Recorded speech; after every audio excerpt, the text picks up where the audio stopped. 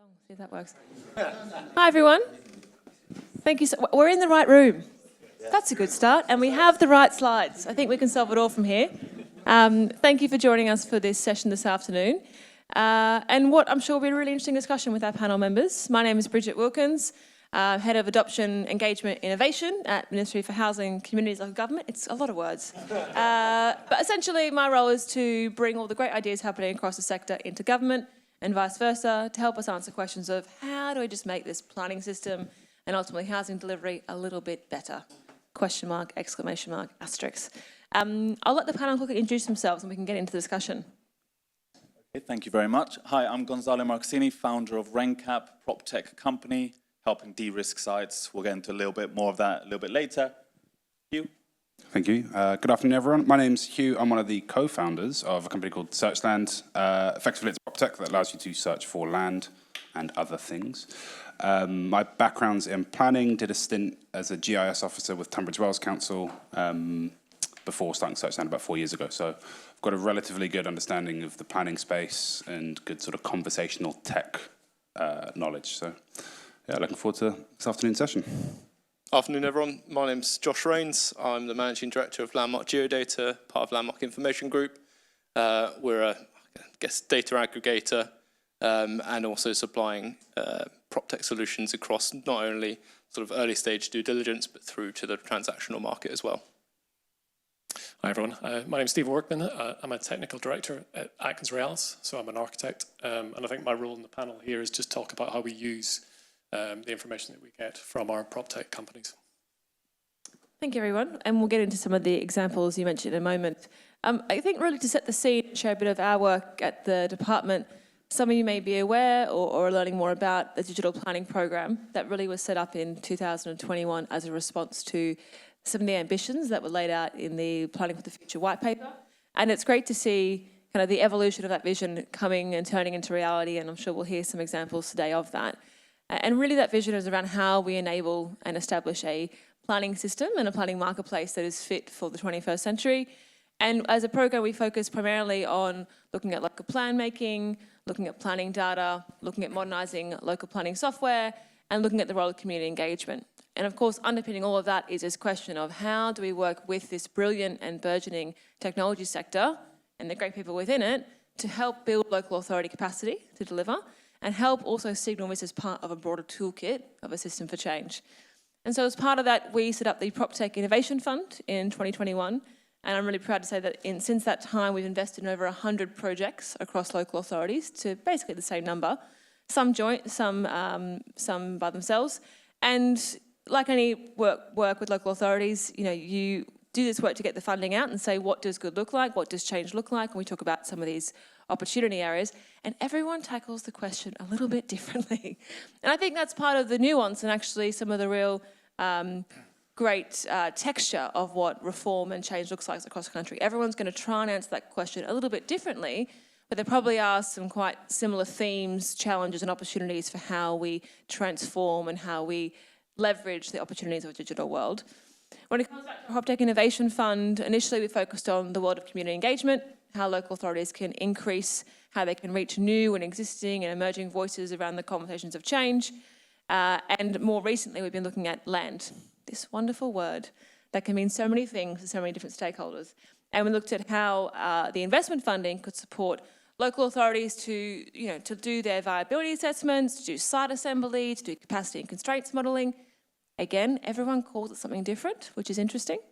And everyone probably measured it differently as well. And I'm sure you've got examples where you've been working with different councils trying to solve the same problem, and they've probably all looked at it, with a bit of a nuance. And I think we shouldn't underestimate the need to bring us together to form more of a common language around some of this stuff. And perhaps we'll get there. So it's been an interesting couple of years for us as a program. We're now operating at a level of scale. We're working with about a third of the market directly through investing in the innovation projects.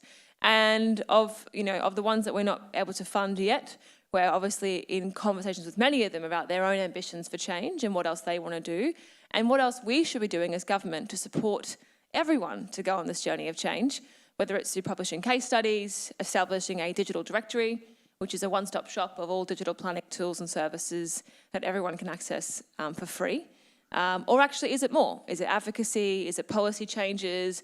Is it knocking some heads together? You know, we're here to listen and learn as well as we can to see how we can inform our own work and the role of government should take in progressing the sector forward. So I'm really interested to talk to the panel today about their reflections working with local authorities and how we can all continue to learn from each other as we look to leverage the power of PropTech, the power of digital, the power of data. Of course, there's some overlap there. We may all call it something different, but it kind of all means the same thing around how we're leveraging digital opportunities to make things a little bit easier and a little bit faster and hopefully a bit more enjoyable as well. So with that, I'm going to pass over to you, give us a more of a macro view and I guess relate that to some of the wider challenges and opportunities you're seeing. Do you mind if I just marketplace. tie in something that Bridget just said, just to tie it into what we've discussed over the last 2 days? We've talked a lot about new homes in new ways, and MMC is a very big part of that at the construction stage. But also what we've talked about in previous sessions is how can we do more before we get to that construction stage? How can we do more in planning? How can we do more in development? And this is a session to just demonstrate a few examples of how we've been doing that with other local authorities to try and break in and demonstrate actually we don't just need more people, more planners, more development professional sectors. We need the existing workforce to be able to do a lot more with less, to be able to do 10 times more with what they've currently got. And here are a few examples to try and demonstrate what Ministry of Housing have been pushing to the sector. Yeah, so just in terms of the macro scale then, I don't know if you've been upstairs and looked through the panels, but one of them is a white paper by Ederoth, and there's 320,000 small sites, approximately, brownfield, which could deliver 1.6 million homes. But that's a huge amount of information that you need to find on quite constrained sites, because if we look at some of the larger schemes, maybe the easier sites to develop, they've been and gone, so we're left with the brownfield, the garage sites, difficult parking walls, difficult utilities, access, etc. So part of the challenge for these guys is to how to deliver the information that local authorities, clients, developers want to see quickly. Because in order to get those homes delivered, those 1.6, what you have to be able to do is weed out the sites that aren't viable as quickly as possible, so you're not spending time and money going down a dead end. So that's kind of scale of the challenge. My colleague Zoe, who's in the audience, we do a lot of work with Bristol Housing Festival with Jez, and we've launched a platform called Climate Smart Cities Challenge, which is where we are trying to look beyond just the in-the-ground constraints. We're trying to look at biodiversity net gain. We're trying to look at flood risk, air quality, all the other things that you would need to review whenever you're seeing whether a site is viable or not. And the idea there is that any member of the development team within Bristol, and eventually it should go to WECA, the combined authority, so you can chuck a lot more sites in, but look through the same lenses and actually get rid of the non-viable sites, or in fact highlight sites that aren't appropriate for housing, but are actually appropriate for allotments, community engagement, whether it be healthcare, whatever it may be, but you can identify alternative uses for those sites quite quickly, but then ultimately you can get to the houses or the sites that are right for housing development. Stephen, just on that, we were having a conversation a little bit earlier about reminiscing on projects that we've worked on in the past where there's been abortive costs. And I feel like everyone in the sector that's delivered schemes has seen where they've progressed a project and then it's led to some sort of abortive cost where you got architects on board and consultants and then you realise a little bit too late, oh, there's a big issue with this site, we need to go back and start designing again. That's just one example, but I'm sure everyone's got kind of examples in their own kind of professions. We need to get to a place where we can de-risk projects in these ways, way sooner, way faster, in order to be able to not spend all that money on wasted effort and quickly identify opportunities sooner. Yeah, just on that, I think with a lot of the small sites, viability is key. And there is a real fine balance between when it's viable and when it's not. And if you find a sewer that kind of runs down the middle of the site and you suddenly lose a home, then that site suddenly becomes non-viable. And the quicker that you can understand easements around that sewer, or where you can divert, how quickly you can divert, then that makes all the difference. So, yeah. How long would that take? Give me an example of a project. How long would it take for you to, typically, for clients to get to a position where they realise it's something viable? depends when you find the information. If you find it early enough, it can be dealt with pretty quickly. I would say a month by the time you design options, by the time you get to the QS, back to the client, you make the decision. But if you only find it whenever you're halfway through stage 3, beyond planning, and you're into technical, then I've had that experience. It takes a lot longer to resolve. Okay, well, that's a good segue. Hugh, I mean, you've been doing this in practice, and I think, you know, part of today's discussion is around bringing these examples to life and kind of showing the practical benefits and perhaps also some of the realities of these tools in action. Tell us about your world and how it's working. Yeah, so just for a bit of context, because it might help just to, you know, we say PropTech, but it's a bit of a black box for this industry. So what Searchland does specifically is we take data sets that we already use and are familiar with, your land registry, planning applications that are coming in, sold price data, anything on flood zones in the green belt, to local plan policy, and the stages, is it Reg 18, has it been withdrawn? And you kind of put that all in one place. And that ticks a lot of the boxes that we're talking about for some of our clients. We don't have all the data we need, but it ticks some of the boxes, which means that they can look at a site from 5 or 6 different vantage points, from what are the achievable new values for new homes in that area? Is the site, you know, okay from a planning constraint perspective? Is it big enough? And effectively decide whether they want to contact that landowner. Now that's the crucial thing that I think a lot of when it comes to saying, okay, how are we going to deliver X many homes, is how do the homes even come to the market? And a big thing for the last 10 years has been what's called off-market site finding. And the way that you do that is you, the user, the developer, the stakeholder, whoever it is, decides to look at a plot of land and say, I think there'll be homes here in the next 5 years, because it ticks a planning policy box or a viability box. And then they go and approach the landowner. Like, all the data exists. So what we do, we put it in one place and allow people to do this. And the way it works is speed. And so when you have enough information and enough transparency and you de-risk a site early on enough, you can then operate quickly. And that's what we're seeing. This industry is blowing up. It's here to stay. Developers are now on a sourcing tool of some sort. It's the vast majority.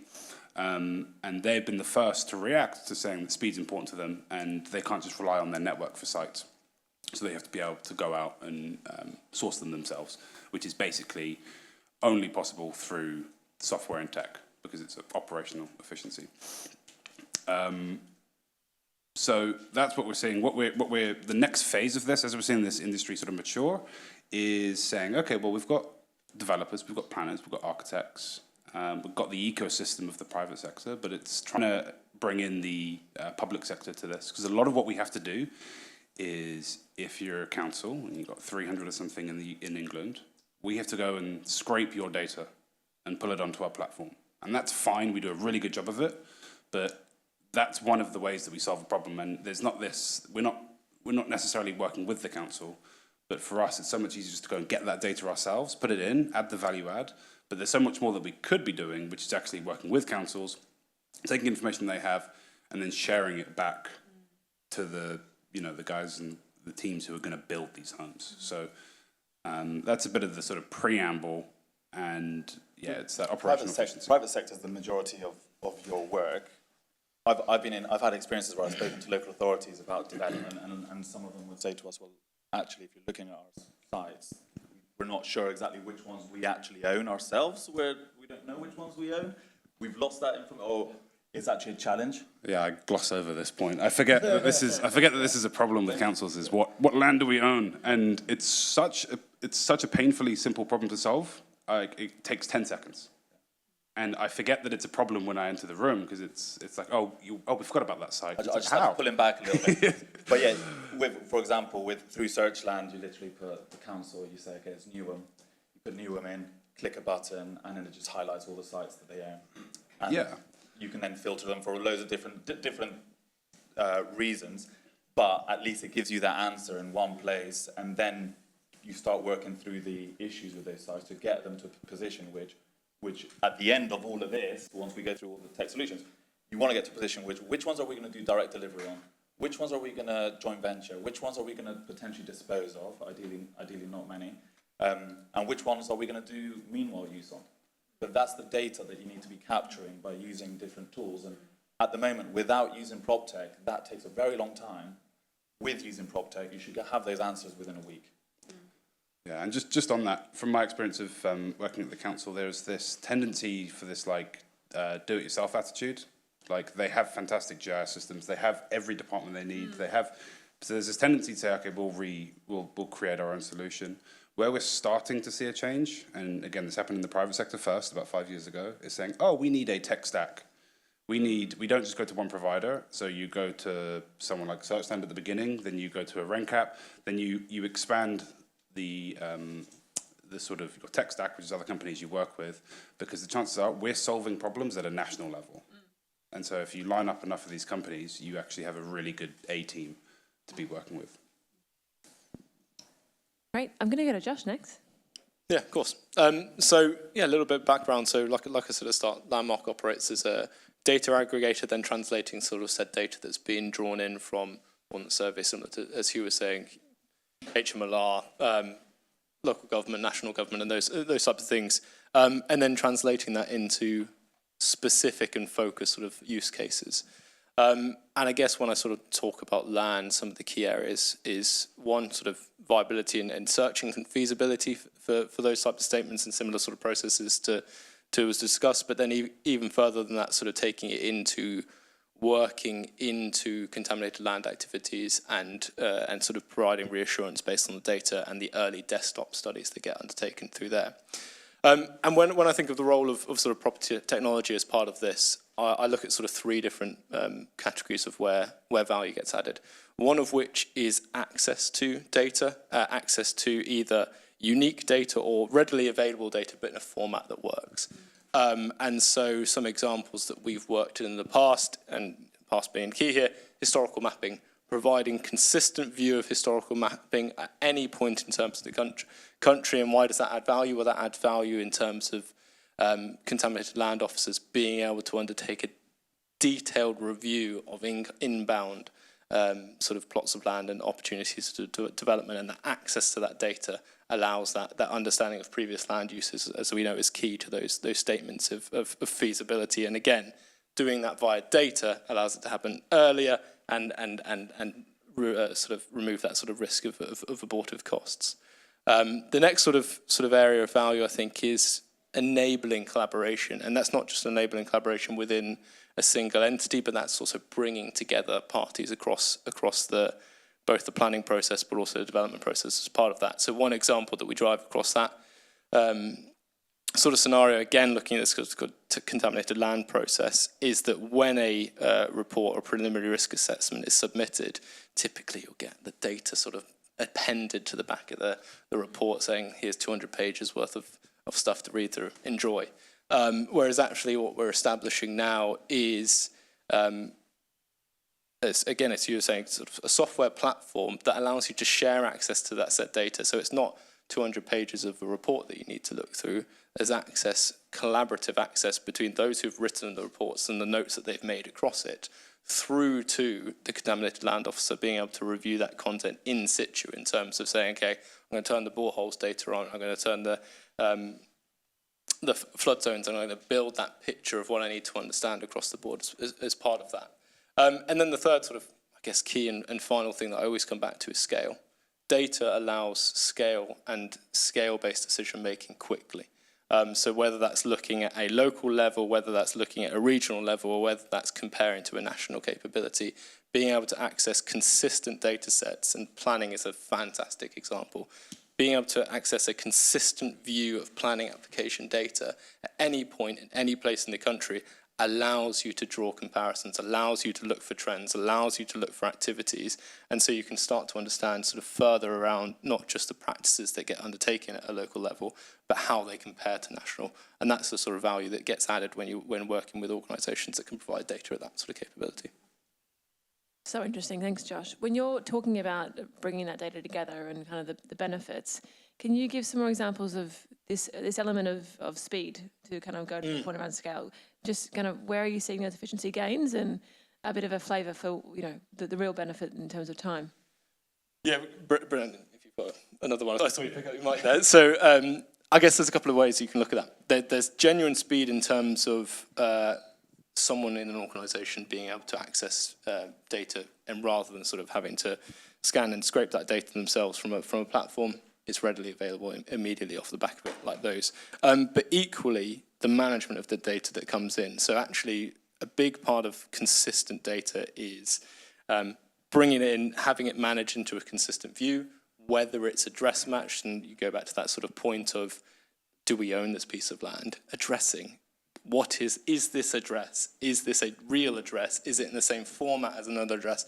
And that's weeks, and if not more, in terms of having a consistent view of that. And that's the value that can be provided through part of this. So you can look at it in two ways, one of which is on a practical project-based level, and we've seen that directly into a number of organisations, but actually at a more sort of grand scale, that sort of time saving of weeks, months of time annually that gets spent producing strong, consistent data sets. Yeah, I was just going to say, from our side, we would use one of Hugh's competitors, Land Insight. Sorry, for some of this. And for us as a multidisciplinary business, you buy a couple licenses and off you go, but instantly you've got access to planning application history, which will link you straight into the previous planning application. It will show you conservation areas, any TPOs. It'll show you, heights of neighbouring buildings. Whenever you're doing massing studies, you can kind of figure out if it's a 2 or 3 story type development. But you can get title plans. You can look at easements. It's there, and it's readily accessible. I think the other thing, just working with Landmark, we have a platform called Ready to Dig, which is where we would use, and you feed in your information to us. But as architects and engineers, we can go to our utility solutions team and get a full picture of utilities on a site, a number of sites, within 5 days. So again, we can have a forward picture of which sites we're about to be working on, speak to them, and get that information back. The last thing we'll say is NUR, so the National Underground Asset Register. That's something that, again, Zoe's been involved in, but we've worked with the Geospatial Commission to look at, again, everything that's in the ground, because what we find is that that's not very well controlled or not very well recorded, particularly whenever you get into urban cities, trying to plan your building and not knowing what's in the ground, whether it be Thames Water Sewer or piles or whatever, ground source heat pumps, underground, it's just a nightmare. So having somewhere that anyone can go to gather that, I think, makes the whole viability, feasibility very important process. With everything. Yeah. We talked about MMC, right? So we're de-risking the above ground and simplifying that process. But at the end of the day, you need to put those systems onto a real site with real risks. You reduce those risks as much as possible. You need to understand what's there to give to the groundwork subby that surety of what's on site. So having systems like that and being able to get that as fast as possible, very important for the manufacturing sector as well. Yes, you're absolutely right. I think the above ground is probably more not controlled, but the information is more readily available. I think what we find is the information underground is not, and that's what we're trying to bring forward with the GLA and UR. It's a good segue to you. How's that? I mean, this is your world, isn't it? It's where we started talking a couple of years ago. What happens below the ground? Yeah. You've got a time limit, so put those two together and see. Just before I dive into that, I just want Josh mentioned something about the data and helping to make decisions. Data-driven decisions is what we're all about. And I've had conversations with local authorities, and housing association, and sometimes I ask them, how did you decide that those were the sites that you were going to do direct delivery on? Or how did you decide that those were the sites that you were joint venture or dispose of? Because somebody told me this. Obviously, there's a little bit more data than how I just explained, but there isn't enough. And a lot of the time, they need more information. What we want to give them is as much information as possible to make those decisions. Go up to the investment committee. Say, this is what we're going to do with these sites. This is what we're going to do with these sites. These ones meanwhile use, so let's do that. These ones modular, and support them with that process. Otherwise, trying to figure that out when you've got so many sites to look at is really hard without using some of these solutions. Moving on to RenKap, just quickly what we do. So the after these guys. So once you identify the sites and then de-risk them slightly, and they go through this funnel. At our stage is, okay, now you know the sites, you know that you've got some specific risks. you need to actually get specialist surveyors to go on site and do surveys. So these are things like contamination surveys, flood risk assessments, utility surveys, bat surveys, UXO, archaeology, loads. This is all the stuff that people need to go through to do a development. It's massive, it's really complex, and now even more with all the new stuff of nutrient neutrality, BNG, it gets pretty complex. For each of these, especially for public sector, they need to get 3 quotes for all these relatively low value surveys. They might be 5 grand, 10 grand, 15 grand. Not a lot of money in the grand scheme of things. 3 quotes for every single one. Make sure they're all comparable. Instruct surveyors, arrange site access, manage all these sporadic surveyors. Some poor development manager has to do that.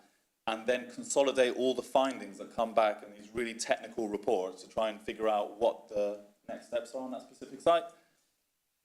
Complex process. Essentially what we do is we have a marketplace of vetted surveyors.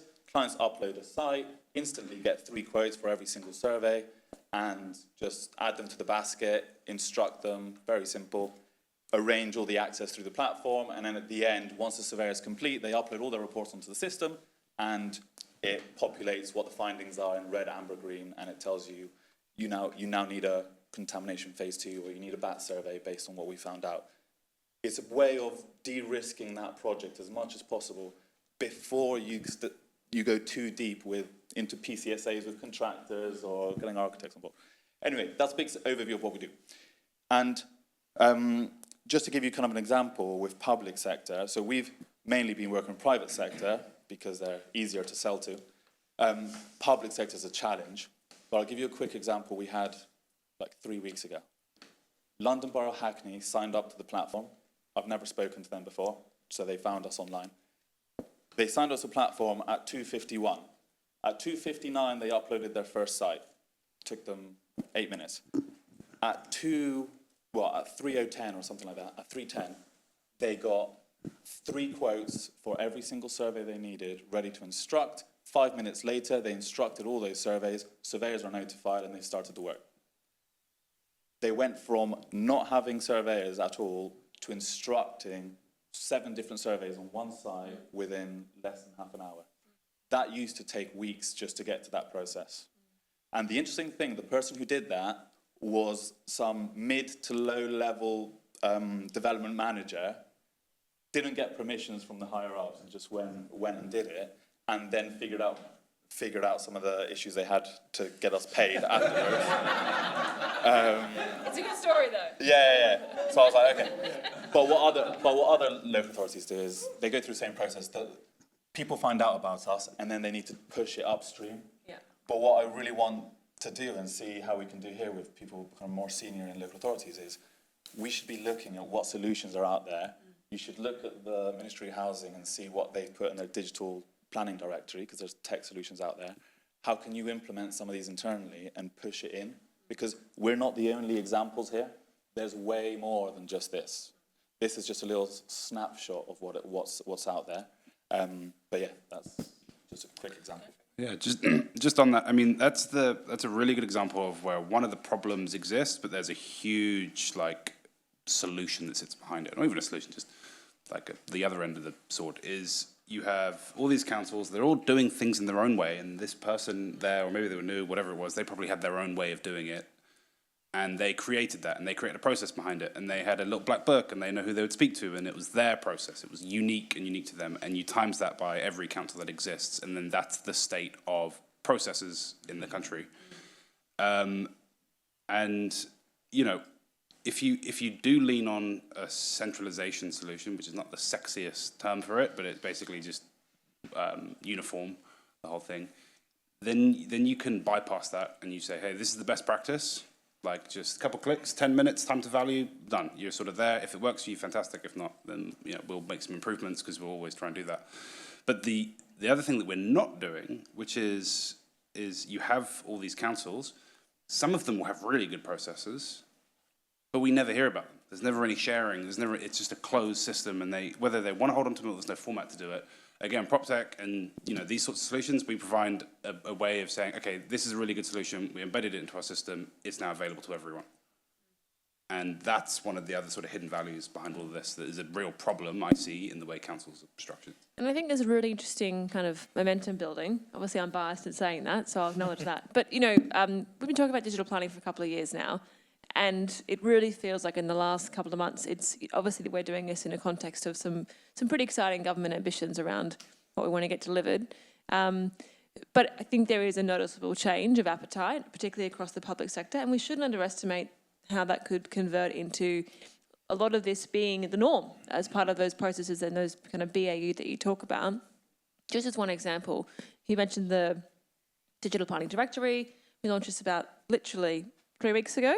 And so for those who haven't seen it, it's a kind of a one-stop shop for digital planning tools and services. If you are trying to get planning done, I recommend that you go there, you see what's available, and you use it to inform your decision-making process. There's about 200 companies right now in the UK that could be applicable to be listed, and we're excited to see how that could grow in the next couple of years. In the first 3 weeks of this being live, like less than a month, I got the numbers earlier, we've had 10,000 unique users visit the website, and we've had 23,000 views. Dream of those stats. It's not bad for a little government platform, right? So, and then you flip it aside, we publish case studies about the PropTech Innovation Fund. Probably not the sexiest website, because sometimes we've got to do things a certain way as government. And on average, we get 4,000 hits a month on those. Because to your point, we're all looking for answers to the same questions at different points of the delivery life cycle, of course. But we know we're going to deliver stuff. We're up against it. We've got a viability issue. We've got a process issue. We've got a people issue. We've got a capacity issue. And tech is part of that solution. And if we can think about how we bridge that gap and share the knowledge and share the tricks of the trade, find those people who take some risks, we might just get there. Yeah, definitely. We had, just talking about the Ministry Housing PropTech Fund, so they invested in pilot schemes for lots of local authorities to try out these new solutions. I say new solutions like this because for us it's not a pilot. We've done lots of these projects in the past, but every single local authority thinks it's a pilot. And we did one with Lambeth, funded by Ministry Housing last year. We did 13 projects, uploaded loads of 13 different projects. Each one had 14 surveys. Each one of those had 3+ quotes. And they instructed all these surveys across all 13 sites as a trial. The outcome, which we've now finished as a case study, was that it's reduced development management time by 99%, and it's delivered a 3x ROI across the business. And that's only on 13 sites. If they had unlimited use, so they could have expanded it across way more sites and had an even greater ROI. But we're in there this morning. I don't know if anyone was at you should have been at Lord Ness's talk this morning. He mentioned the government's putting money into more planners, 350 million. Well, my view is if you get more planners and you spend this much money, how much capacity is that putting into the sector from the existing workforce? We might increase it by 10 to 20%. But actually, if you look at the existing workforce and we help digitize and use some of these solutions, you might actually 10x the existing workforce. And in 1970s, we were delivering loads more homes than we are today in the public sector, and then that's diminished, obviously, for the reasons we've already discussed.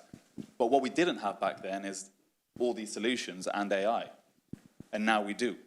So we should be able to do 10 times more with what we've currently got, allowing people to work on the stuff they love doing, the fun parts of the job, without having to take so much time doing all the stuff that we can now automate. And these examples that are demonstrated by Ministry of Housing should be pushed out there, and so everyone's aware of what's out there. I think the flip side of that being, not flip side, excuse me. The other side, sort of looking at that, is the expertise is in the room and in the organisations across the country. And I think from our perspective, it's a stronger understanding of the requirements that you need from partnerships, and it's all about building that collaboration between those to unlock the real value. Because it's all well and good taking sort of capabilities that are working in one location, but they need to be applied elsewhere, and that only comes through direct engagement and direct collaboration in terms of, well, what is it that needs to be unlocked? The expertise into knowing how to progress a site, knowing how to move these things forward, lies in the room and in the organisation, and it's that sort of collaboration with with capabilities that are elsewhere in the market to say, well, this bit kind of works, this bit doesn't work, and that's the part we're fascinated in from our perspective, to work in a better and stronger and collaborative way on that side. And just, I think an example would be really useful to look out for is grey belt, if we're all familiar with what's going on there. So this is, again, you know, Gonzalo was unpacking the volume of homes we used to build, and maybe why we're not doing it now. That's a lot to sort of address, but one of the big problems is planning, the slowness of planning and how it ties up developers, and it's complicated. That's usually the number one reason cited by developers. Planning is too complicated now. And so grey belt is a great example of where it's supposed to provide this little swim lane and speed up development. We're going to see a lot more policies come forward that are these sort of little piecemeal, okay, what about this new policy? So councils are going to have to get very good at understanding it, identifying those sites, breaking it down, and then doing something with it. Otherwise, we're going to run into the back of this like change inertia, which is kind of happening now. You throw a bit of tech around it. Grey belt's really easy to identify at face value in terms of it's got to be in the green belt and near a settlement, more or less. And then you apply some planning knowledge to it, which is provided at the contextual level. That's not replacing planners anytime soon.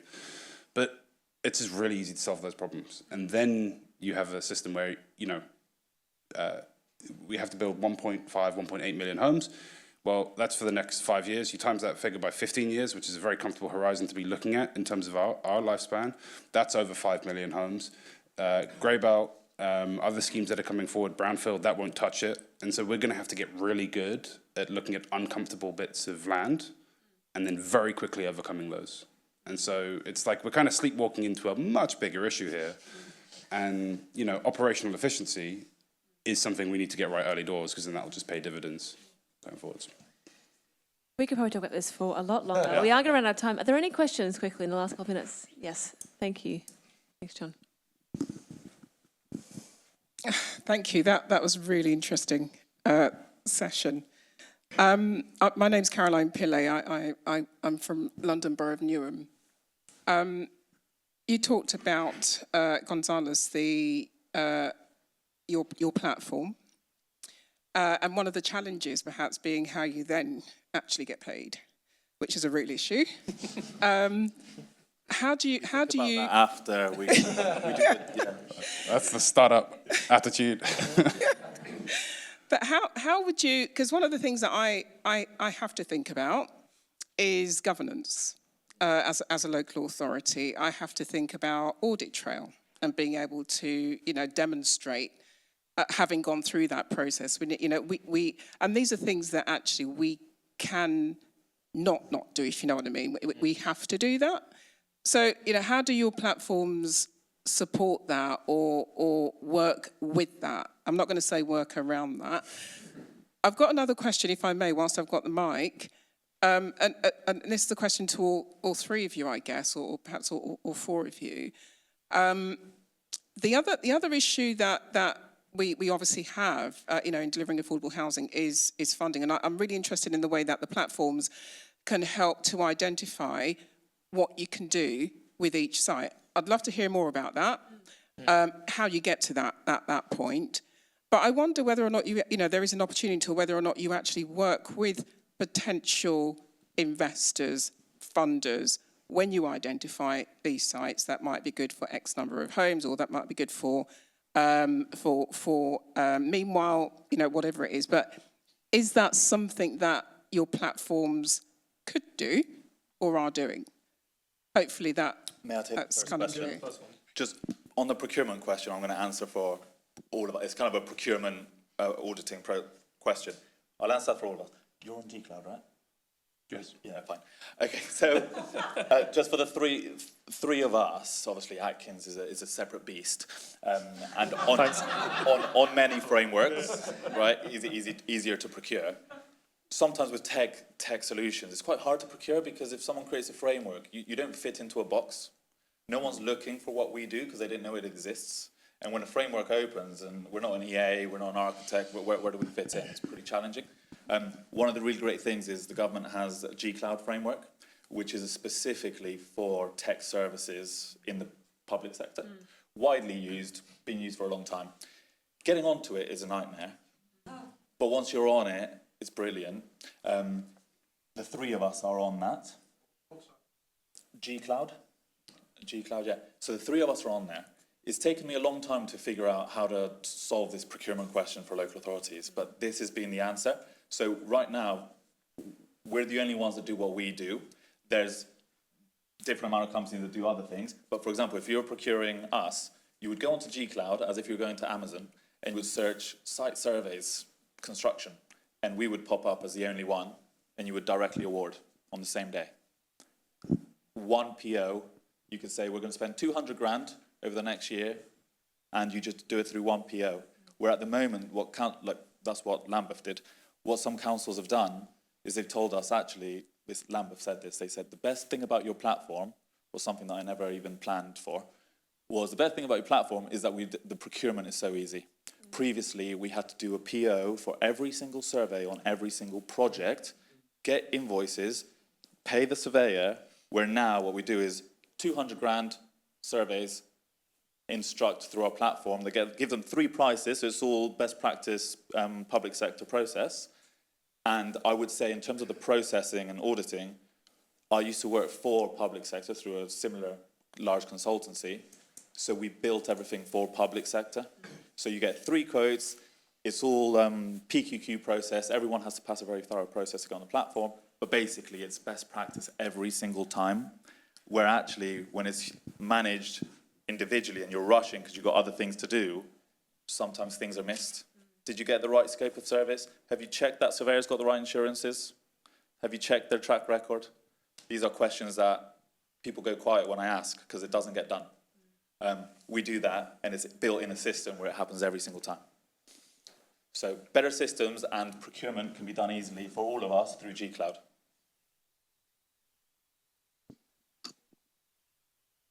We didn't come back to the investor Yeah, point. Do you want to do that really quickly, just as we grab the mic? Hi, John Spencer, Envision. About 7 years ago, We'll come back to that one. I was talking to a big practice, and they had this computer program that they got all the constituents of the site and then put together 10-story building, whatever, taking in account. I've not really seen that come around again.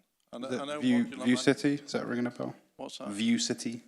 No, it was Arcadis. They had a program, and it was fantastic. They probably spent £1 million on it, but I've never seen this come out, because you get a site, you know what the configurations are. The architect knows what they are, but some manufacturers get this, and they can just put their pods on or whatever. I was at Arcadis previously. I'm not going to answer specifically related to what happened with that, but there's also other companies that I know, PropTech companies, that are on this process that are dealing with that right now. Block plan. Yeah, there are apps, programs out there that...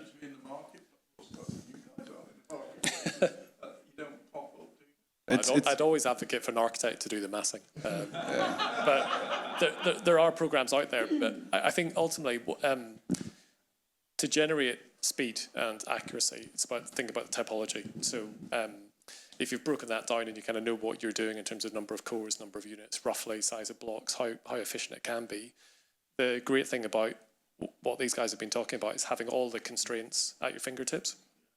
Now, we did a piece of work for National Grid a couple of years ago where we looked at 36 sites in 6 weeks, and they were master planning from 1,200 units down to 50 units. But you wouldn't have been able to do that if you didn't have all the constraints. And that gave that client enough confidence in terms of obviously capacity, but they could then build it into their financial model.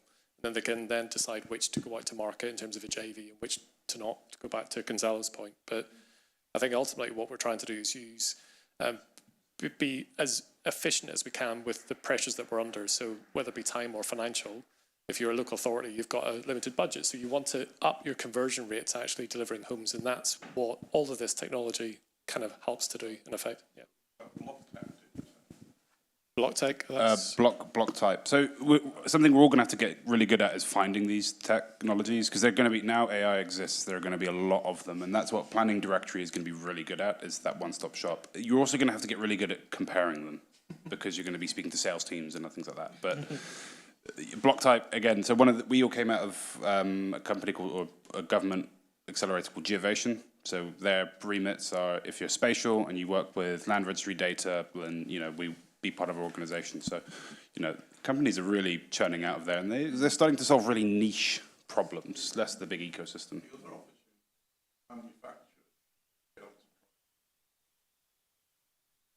Could be the next innovation fund. What's the thing? Yeah. Far down the line, they give us a price. Yeah. On to price. Yeah. And I think we have to recognise we're playing a bit of catch up here, right? Like between like the lags of what probably should have been around 20 years ago, some of that's been captured by BIM, but probably not enough. And kind of here we are. And as you say, we're trying to leverage a broader wave of digital transformation. I think we're at time. I've been given the official. I'm afraid so, Bridget. Thank and maybe you. this means another panel next year. We can come back. No, and the there's a couple of conversation can questions. carry on. Fantastic. We've got a new group coming in. We're going to have a final wrap up. Great. Lots of time afterwards for conversation. So thank you, Bridget. Thank Well, you please for join the us panel. all outside afterwards. And thank you Thanks very much. all. Thank you to the Thank you. panel. Thank you.